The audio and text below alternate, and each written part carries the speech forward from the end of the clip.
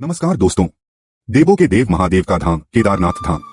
कोविड-19 महामारी आने से पहले हर साल करीब 10 लाख तीर्थयात्री केदारनाथ के दर्शन करते थे, लेकिन पिछले साल करीब 20 लाख लोगों ने केदारनाथ धाम के दर्शन किए। ऐसा क्या हुआ कि कोविड महामारी जाने के बाद तीर्थयात्रियों की संख्या दोगुनी हो गई? वैसे तो केदारनाथ धाम के बारे में आप बहुत कुछ जानते होंगे, लेकिन हम आपको बताएंगे केदारनाथ धाम के निर्माण से लेकर उसके 400 साल तक बर्फ के नीचे ढके होने तक के रहस्य के बारे में।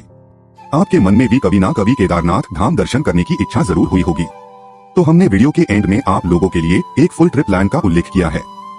भारत के सबसे प्रसिद्ध मंदिरों में से एक है केदारनाथ धाम। उत्तराखंड राज्य के रुद्रप्रयाग जिले में स्थित है। हिमालय की चोटी और बर्फ से ढकी पहाड़ियों के बीच भगवान शिव के यह मंदिर लगभग 1200 साल से शोभा पा रहा है। हिमालय पर्वत की गोद में स्थित केदारनाथ मंदिर की ज्योतिर्लिंग 12 ज्योतिर्लिंग में से एक है।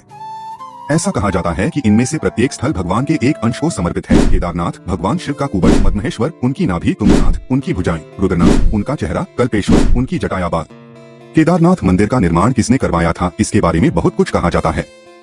पांडवों से लेकर आदि शंकराचार्य तक। राहुल सांकृत्यायन के अनुसार ये 12-13वीं शताब्दी का है। एक मान्यता अनुसार वर्तमान मंदिर 8वीं शताब्दी में आदि शंकराचार्य द्वारा बनवाया गया। कुछ मान्यताओं के अनुसार इस मंदिर का निर्माण कत्यूरी शैली से किया गया है, लेकिन किसने किया है इसका कोई प्रामाणिक उल्लेख नहीं मिलता है। वास्तुकला की बात करें तो केदारनाथ मंदिर 85 फीट ऊंचा, 187 फीट लंबा और 80 फीट चौड़ा है। इसकी दीवारें 12 फीट मोटी है और बेहद मजबूत पत्थरों से बनाई गई है। मंदिर को 6 फीट ऊंचे चबूतरे पर खड़ा किया गया है। जानकारों का मानना है कि पत्थरों को एक दूसरे में जोड़ने के लिए इंटरलॉकिंग तकनीक का इस्तेमाल किया गया होगा। यह मजबूती और तकनीक के वजह से मंदिर मंदाकिनी नदी के बीचों बीच आज तक खड़ा है। केदारनाथ के चारों तरफ प्राकृतिक सुंदरता के नजारे देखने को मिलते हैं।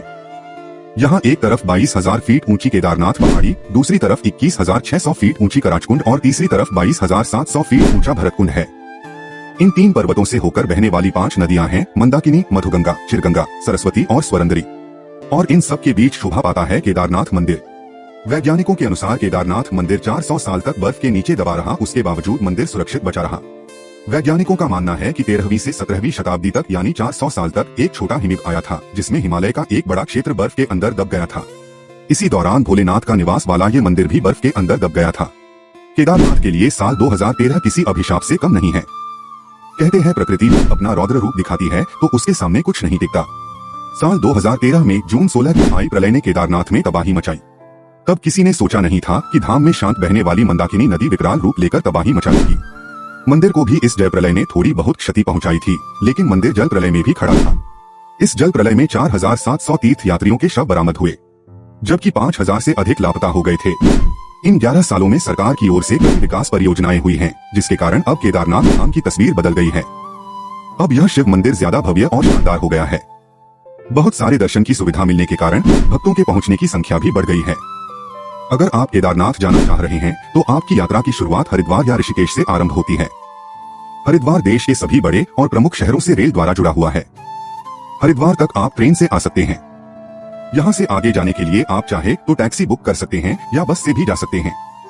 इसके साथ ही केदारनाथ धाम तक हवाई यात्रा की भी सुविधा है। हरिद्वार से सोनप्रयाग 235 किलोमीटर और सोनप्रयाग से गौरीकुंड 5 किलोमीटर है। आप सड़क मार्ग से किसी भी प्रकार की गाड़ी से जा सकते हैं। फिर यहाँ से शुरू होती है आपकी ट्रैकिंग। आगे का 16 से 20 किलोमीटर का रास्ता आपको पैदल ही चलना होगा। वैसे अब यहाँ घोड़े और पालकी की व्यवस्था भी रहती है, तो आप उससे भी जा सकते हैं।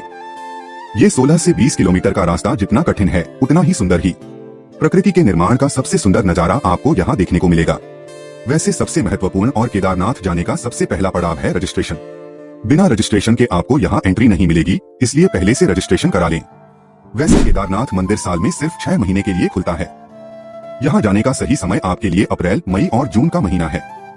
इस मंदिर की अधिक ऊंचाई होने से यहाँ का मौसम काफी ठंडा होता है और शायद आपको बर्फबारी भी देखने को मिल जाए।